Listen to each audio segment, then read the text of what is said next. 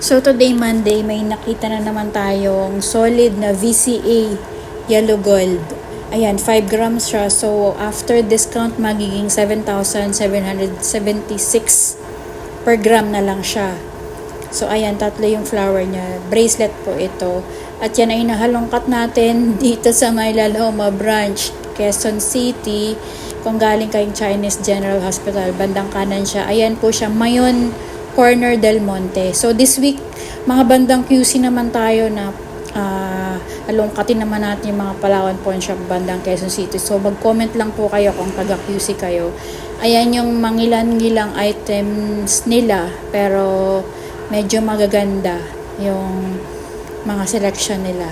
So minsan kahit konti lang yung mga items, meron tayong napupulot na magagandang items. At meron tayong na-mine dyan na sing-sing na may diamonds din